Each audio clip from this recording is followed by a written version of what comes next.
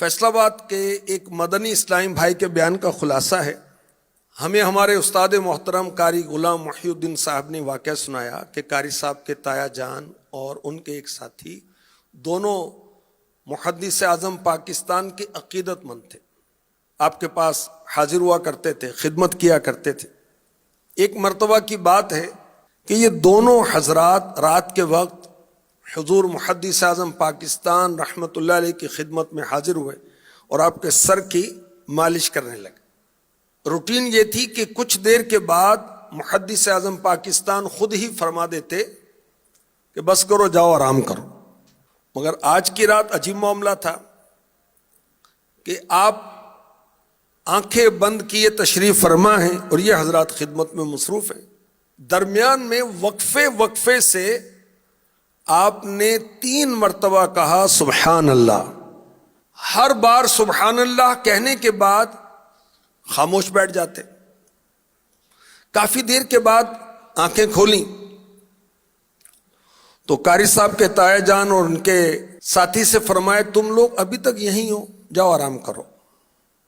ابھی دونوں حضرات واپس آ گئے۔ اب دل میں یہ بات رہ گئی کہ حضرت نے وقفے سے 3 بار سبحان اللہ کیوں کہا؟ خدمت میں حاضر ہو کر اس کی وجہ پوچھی تو محدث اعظم پاکستان نے اولاً جواب نہیں دیا۔ جب اصرار کیا تو بتایا میں نے رات میں محبوب نبی رسول ہاشمی صلی اللہ علیہ وسلم کی خدمت میں عرض کیا یا رسول اللہ کرم ہو دیدار کی خیرات مل جائے۔ کافی دیر عرض گزاری کے بعد کرم ہوا، اللہ کے حبیب علیہ الصلاۃ والسلام نے اپنے دیدار سے نوازا۔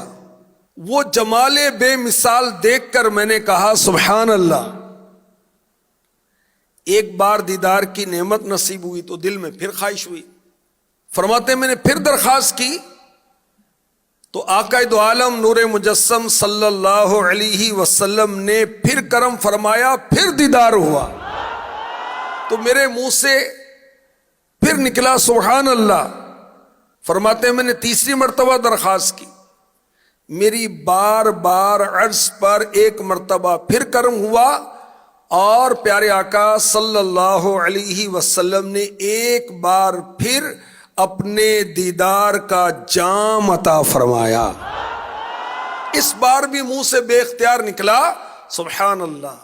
محدث اعظم پاکستان کو اللہ پاک نے ایسی شان عطا فرمائی کہ آپ نے ایک ہی رات میں 3 بار دیدار رسول کا شرف حاصل کیا۔